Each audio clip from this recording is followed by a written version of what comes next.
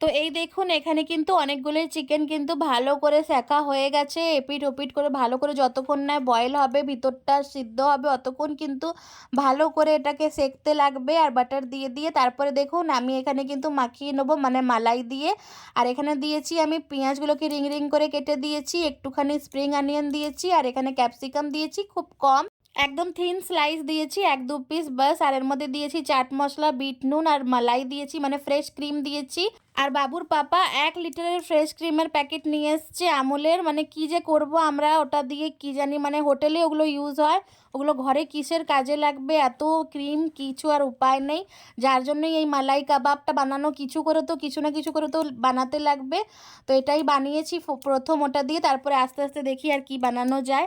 তো এই দেখুন এখানে কিন্তু সার্ভ করে দিয়েছি, আর লেবু কিন্তু দিইনি, যেহেতু এর মধ্যে ক্রিম আছে, ফ্রেশ ক্রিম আছে, দুধের জিনিস, যার জন্য লেবু একদমই দিতে লাগবে না। ওই চাটনিটা দিয়ে ইয়োগার্ট আর পুদিনা ধনেপাতার চাটনি। আর এখানে দেখুন এই যে মালাই চিকেন কাবাব আমার পুরোপুরি রেডি। আর এখানে আমি একটুখানি দিয়েছি গার্নিশিংয়ের জন্য এই পেঁয়াজ কলিটাকে হালকা হালকা করে কেটে দিয়েছি।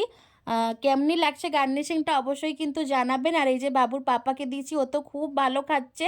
আর আমার বাবুও কিন্তু খুব ভালো খাচ্ছিল মালাই কাবাবটা, আর ওর বাবাও খুব ভালো খাচ্ছিল, ওর মাও খেয়েছে। মা চিকেন অতটা খায় না, কিন্তু খেয়েছে যেহেতু অনেক সফট হয়েছে। আর আমার বাবু তো খালি চিকেন আর এগ খায়, মাছ তো খায় না। আর দেখুন মা বলছে আমাকে ক্যামেরায় দেখাস না, সে কিছুতেই ক্যামেরায় আসবে না, একদম ক্যামেরায় আসতে চায় না, অনেক লজ্জা পায়। যাই হোক, তাও আমি একটু একটু তুলে নিই। আর রিয়েলি রেসিপিটা খুব ভালো হয়েছিল। তো এখনের জন্য এতটাই, টাটা বাই বাই।